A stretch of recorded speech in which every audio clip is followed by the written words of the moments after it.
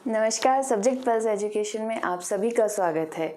और जैसे कि आपको पता है कि हमने रीड स्पेशल बायोलॉजी सीरीज़ शुरू की थी हमारे वीडियो से, तो उस सीरीज़ में हमने टॉपिक लिया था माइक्रो ऑर्गेनिज़म्स, जिसमें हम अभी तक डिस्कस कर चुके हैं जो साइंटिस्ट हैं जिन्होंने माइक्रोबायोलॉजी में अपना कंट्रीब्यूशन दिया है उनके बारे में, विटेकर्स 5 किंगडम क्लासिफिकेशन के बारे में। और फिर हमने अभी तक बैक्टीरिया टॉपिक लिया है जिसमें हमने डिस्कस किया है कि बैक्टीरिया के जनरल फीचर्स कौन कौन से हैं, बैक्टीरिया का स्ट्रक्चर क्या है। और आज का जो वीडियो है उसमें हम डिस्कस करेंगे कि types of bacteria based on gram staining. Gram staining के बेसिस पे कितने तरह के बैक्टीरिया होते हैं, ग्राम स्टेनिंग का प्रोसीजर क्या है, और types of gram positive bacteria में हम डिस्कस करेंगे कि एग्जाम्पल्स कौन कौन से हैं gram negative and gram positive bacteria के। और साथ ही कुछ ऐसे बैक्टीरिया लेंगे जिन पे एग्जाम में कॉमनली क्वेश्चंस पूछे जाते हैं। तो चलिए शुरू करते हैं हमारा आज का टॉपिक, ग्राम स्टेनिंग और टाइप्स ऑफ बैक्टीरिया। तो आज का जो हमारा टॉपिक है, फर्स्ट हम लिख लेते हैं कि हम माइक्रोबायोलॉजी डिस्कस कर रहे हैं, जिसमें हम माइक्रोब्स पढ़ रहे हैं। और हमारा जो फर्स्ट टॉपिक था वो तो बैक्टीरिया, और आज का जो टॉपिक है हमारा वो है ग्राम स्टेनिंग। पहले हम समझते हैं कि हमने ग्राम स्टेनिंग की जो इसकी इम्पोर्टेंस क्या है ग्राम स्टेनिंग की बेसिकली। तो ग्राम स्टेनिंग जो है वो हमें बैक्टीरिया को क्लासिफाई करने में हेल्प करता है कि कौन से बैक्टीरिया ग्राम पॉजिटिव है और कौन से बैक्टीरिया ग्राम नेगेटिव है। तो ये जो टेक्निक है ग्राम स्टेनिंग, ये हमें किसने दी थी? सर हैंस क्रिश्चियन ग्राम ने। तो साइंटिस्ट का नाम कई बार पूछा जाता है एग्जाम में, तो हम लिख लेते हैं कि सर हैंस क्रिश्चियन ग्राम।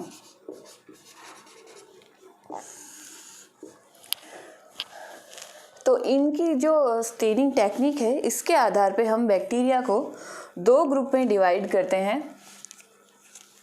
बैक्टीरिया को हम दो ग्रुप में डिवाइड करते हैं, gram positive and gram negative. तो इस जो टेक्निक है ग्राम स्टेनिंग, इसका प्रिंसिपल क्या है या ये किस बेसिस पे काम करता है। तो ये टेक्निक पढ़ने से पहले, इसके प्रोसीजर पढ़ने से पहले हम इसका प्रिंसिपल देख लेते हैं। तो बैक्टीरिया का, जैसे हमने पिछले जो हमारा वीडियो है उसमें हमने पढ़ा था कि बैक्टीरिया का स्ट्रक्चर क्या है। उसमें हमने उसके सेल के ऊपर जो 3 लेयर प्रेजेंट होती हैं वो भी डिटेल में डिस्कस की थी। तो इनका जो बेसिक या कॉन्सेप्ट जो है ग्राम स्टेनिंग का, या ये स्टेनिंग किस पे बेसिस है, वो है इसका सेल वॉल, बैक्टीरिया का सेल वॉल। तो जो ग्राम पॉजिटिव बैक्टीरिया होते हैं, तो हम बना लेते हैं यहाँ पे, हमें पता है कि जो ग्राम पॉजिटिव बैक्टीरिया जो होते हैं उन पे एक thick layer of peptidoglycan present होती है। तो मान लीजिए ये हमारा बैक्टीरिया है और इस पे ये जो है ये एक thick layer of peptidoglycan present है, और ये हमारी प्लाज्मा मेम्ब्रेन है। तो ये तो हो गई हमारी प्लाज्मा मेम्ब्रेन, और ये हमारी है सेल वॉल, जो कि बनी होती है मेनली पेप्टाइडोग्लाइकन की।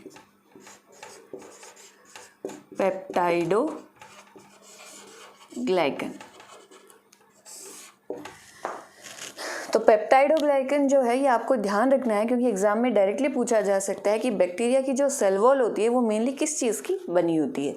तो ग्राम पॉजिटिव जो बैक्टीरिया होता है उसका जो सेल वॉल होता है वो उसकी जो पेप्टाइडोग्लाइकन के बहुत सारे लेयर से बना होता है। उसकी वजह से जो उसकी थिकनेस है, यानी उसकी चौड़ाई है पेप्टाइडोग्लाइकन लेयर की, सेल वॉल की, वो ज़्यादा होती है। तो अगर हम कंपेयर करें तो ग्राम नेगेटिव जो बैक्टीरिया होता है, मान लीजिए ये हमारा ग्राम नेगेटिव बैक्टीरिया है, और इसके ऊपर जो पेप्टाइडोग्लाइकन की जो लेयर प्रेजेंट होती है वो बहुत ही पतली लेयर होती है। अगर हम कंपेयर करते हैं ग्राम पॉजिटिव से, तो इसमें मोटी लेयर है ग्राम पॉजिटिव में पेप्टाइडोग्लाइकन की, और इसमें पतली लेयर है, तो इसमें पेप्टाइडोग्लाइकन जो होता है वो कम होता है। सेकेंड जो चीज़ है वो है कि जो ग्राम पॉजिटिव बैक्टीरिया होता है उसके सेल वॉल में टिकोइक एसिड प्रेजेंट होता है।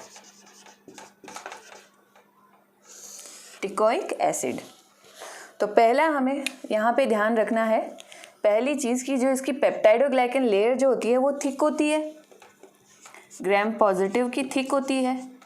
सेकेंड, इसमें टिकोइक एसिड प्रेजेंट होता है, और ये टिकोइक एसिड जो होता है वो ग्राम नेगेटिव बैक्टीरिया में एब्सेंट होता है। यानी पेप्टाइडोग्लाइकन तो प्रेजेंट है लेकिन teichoic acid gram negative bacteria में एब्सेंट है। तो ये नाम जो है ये आपको स्पेशली ध्यान रखना है, क्योंकि एग्जाम में पूछा जा सकता है कि कौन सा ऐसा एसिड है या कौन सी ऐसी चीज़ है जो ग्राम पॉजिटिव बैक्टीरिया के सेल वॉल में प्रेजेंट है लेकिन ग्राम नेगेटिव बैक्टीरिया के सेल वॉल में एब्सेंट है। तो यहाँ पे हम लिख लेते हैं कि इसके अंदर, यहाँ पे हमने लिखा है कि पेप्टाइडोग्लाइकन लेयर थिक होती है, इसमें हमने लिखा है कि इसकी थिन होती है यानी पतली होती है। सेकेंडली, इसके अंदर टिकोइक एसिड जो होता है वो एब्सेंट होता है, एब्सेंट। थर्ड जो चीज़ है वो हमारी है कि जो ग्राम पॉजिटिव बैक्टीरिया होता है उसमें केवल एक लेयर प्रेजेंट होता है पेप्टाइडोग्लाइकन का, और उसके अलावा कोई भी लेयर प्रेजेंट नहीं होता इसके ऊपर। लेकिन जो ग्राम नेगेटिव बैक्टीरिया होता है उसमें इस पेप्टाइडोग्लाइकन के ऊपर एक और एक्स्ट्रा लेयर प्रेजेंट होती है, लिपोप्रोटीन की एक और एक्स्ट्रा लेयर प्रेजेंट होती है जिसमें फॉस्फोलिपिड भी होते हैं, पॉलीसेकेराइड्स भी होते हैं, जो ग्राम पॉजिटिव में एब्सेंट होगी। तो इसमें हमने देखा कि इसमें एक एक्स्ट्रा लेयर प्रेजेंट है, ग्राम नेगेटिव बैक्टीरिया में एक एक्स्ट्रा लेयर प्रेजेंट है जो कि हमारे ग्राम पॉजिटिव बैक्टीरिया में एब्सेंट है।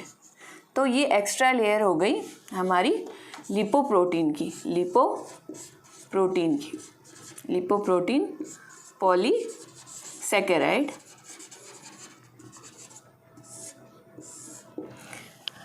तो ग्राम नेगेटिव बैक्टीरिया में एक एक्स्ट्रा लेयर प्रेजेंट है जो है लिपोप्रोटीन की, लिपोप्रोटीन लेयर, और ये है ग्राम पॉजिटिव में एब्सेंट है। तो lipoprotein layer absent in case of gram positive bacteria।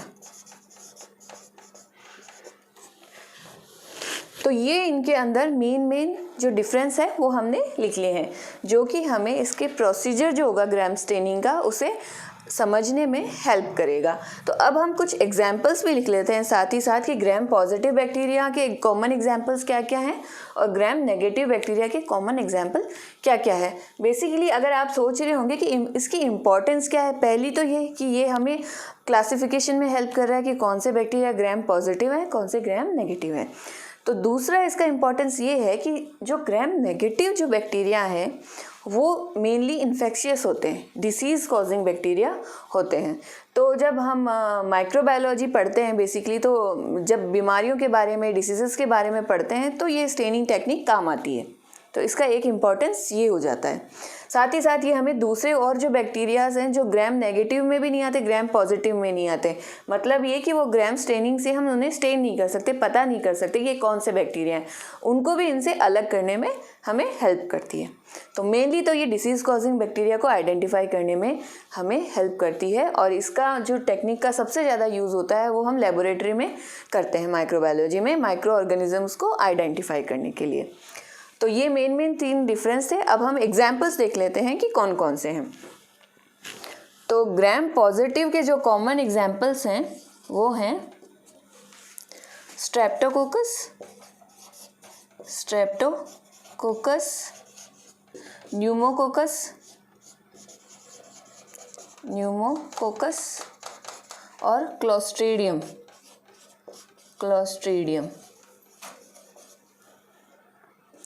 ये 3 इसके एग्जाम्पल्स हैं। अब अगर हम ग्राम नेगेटिव के देखें तो इसका एग्जाम्पल हो जाएगा साल्मोनेला, साल्मोनेला, इकोलाई और सूडोमोनास, सूडोमोनास।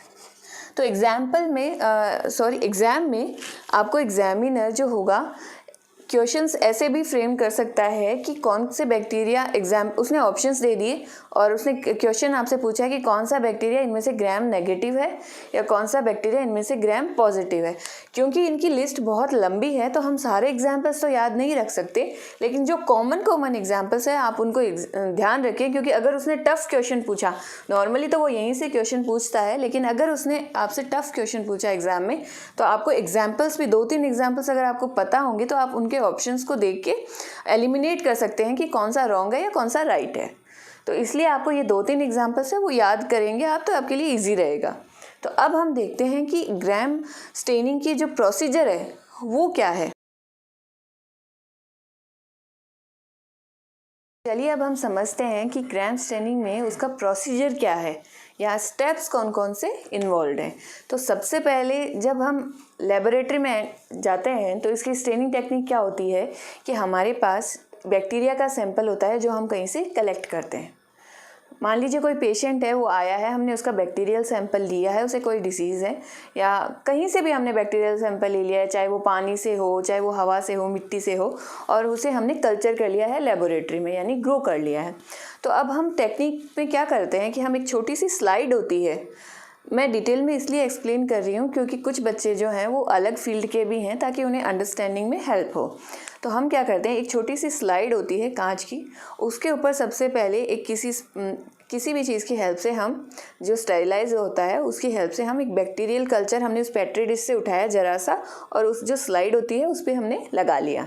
तो जब हमने लगा लिया वो सैंपल उस पर, तो उसे हमें फिक्स करना पड़ेगा, यानी ताकि वो उससे चिपका रहे, हटे ना। तो हम क्या करते हैं कि जो बर्नर हमें अवेलेबल होते हैं लैब में, उस पर ज़रा सा उसको यूँ मूव करते हैं ताकि वो हीट फिक्स हो जाए। तो सबसे पहली टेक्निक जो होती है स्टेप जो होगा वो होगा, हम बैक्टीरियल सैंपल को हीट फिक्स करेंगे स्लाइड पे। तो सबसे पहला हमारा जो स्टेप होगा तो वो होगा heat fix bacteria on slide. हमने स्लाइड पे बैक्टीरियल सैंपल को फिक्स कर लिया है। इसके बाद सेकेंड स्टेप क्या होगा कि हम उसमें एक डाई डालेंगे। जब हमने जो बैक्टीरियल सैंपल लिया उसे फिक्स कर लिया तो हम एक डाई लेंगे। डाई एक कलरिंग एजेंट होगा जो हमें आगे हेल्प करेगा उसको डिफ्रेंशिएट करने में। तो जब हम उस पर डाई डालेंगे तो उस डाई का नाम क्या है, क्रिस्टल वॉयलेट। तो एग्ज़ाम में ये भी पूछा जाता है कि मेन कलरिंग एजेंट या कौन सा हम पिगमेंट यूज़ करते हैं। आप कलर डाई याद रखें कि ग्राम स्टेनिंग में हम कौन सी डाई यूज़ करते हैं। एग्ज़ाम में कई बार एग्जामिनर ये चीज़ भी पूछ लेता है कि कौन सी डाई हमने यूज़ करी है।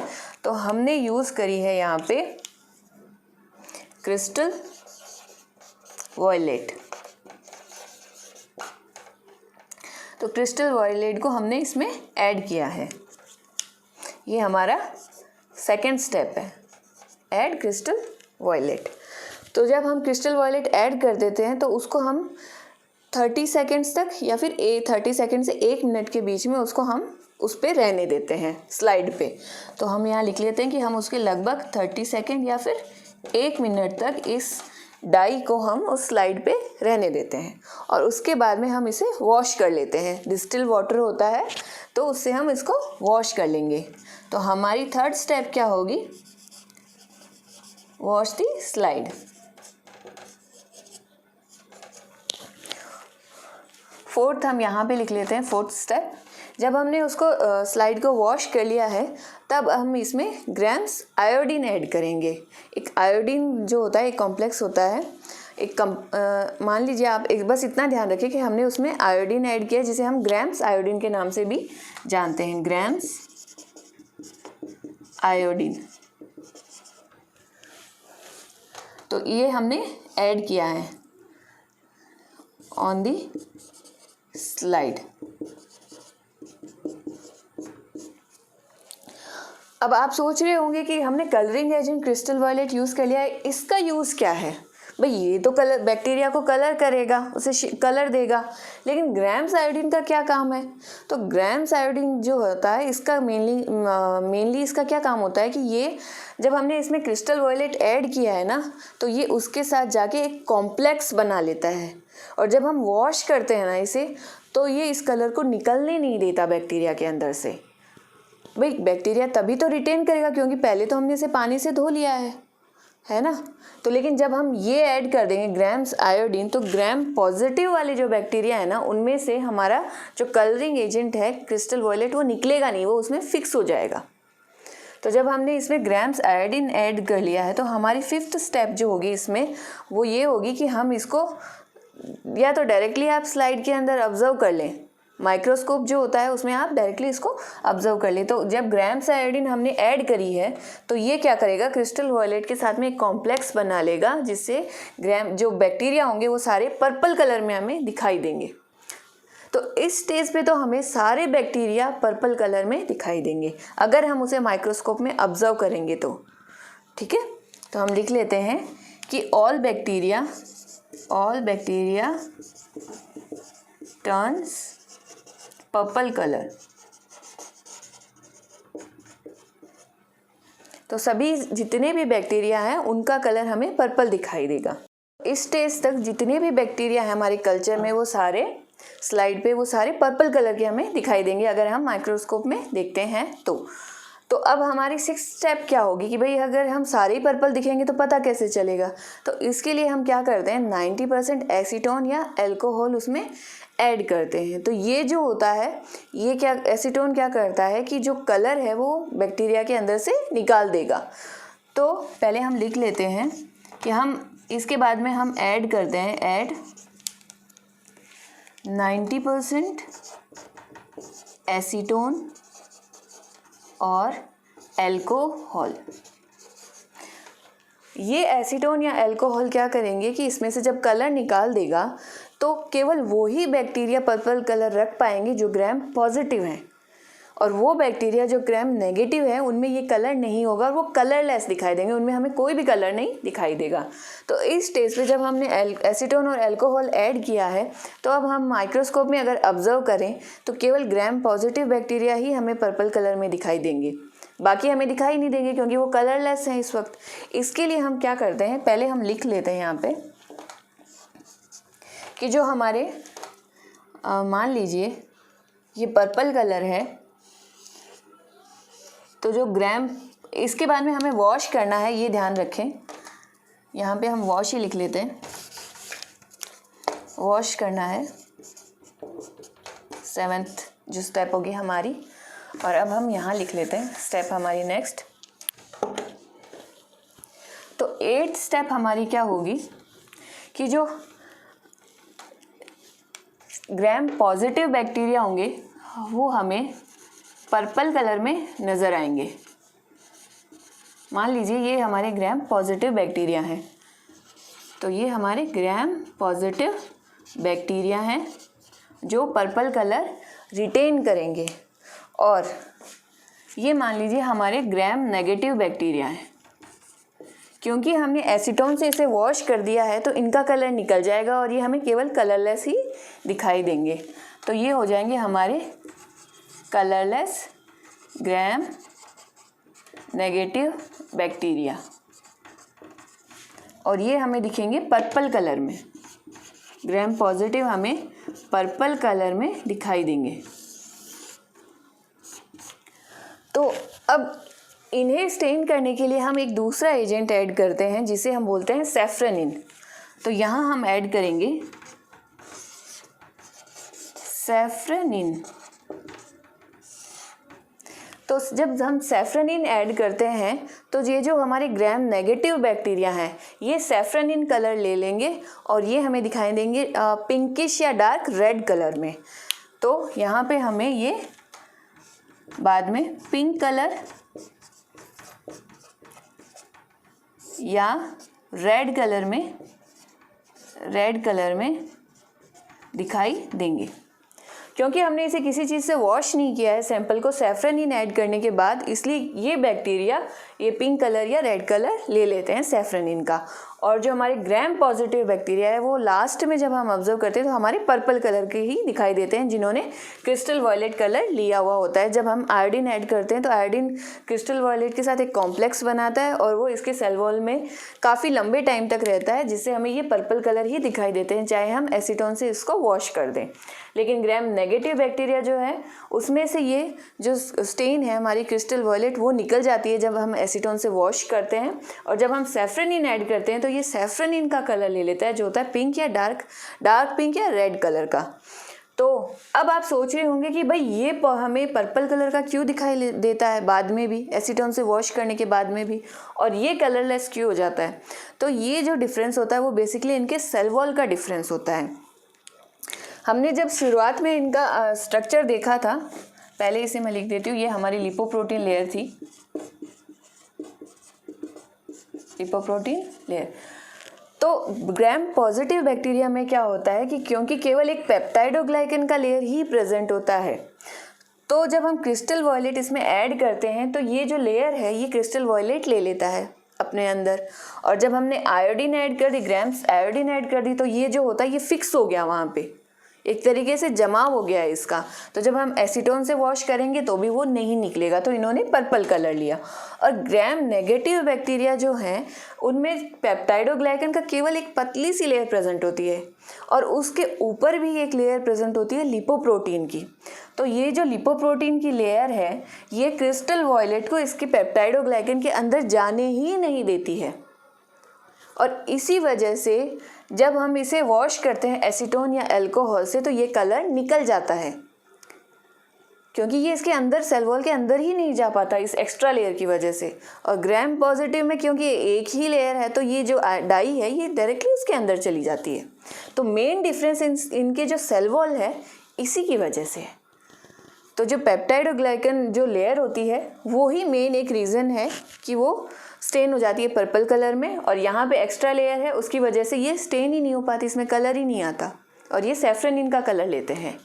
तो एग्जामिनर क्या क्या क्वेश्चन पूछ सकता है, जो हमने शुरुआत में ग्राम पॉजिटिव और ग्राम नेगेटिव के 3 इंपॉर्टेंट जो डिफरेंस थे वो देखे थे, एक तो आप वो ध्यान में रखें।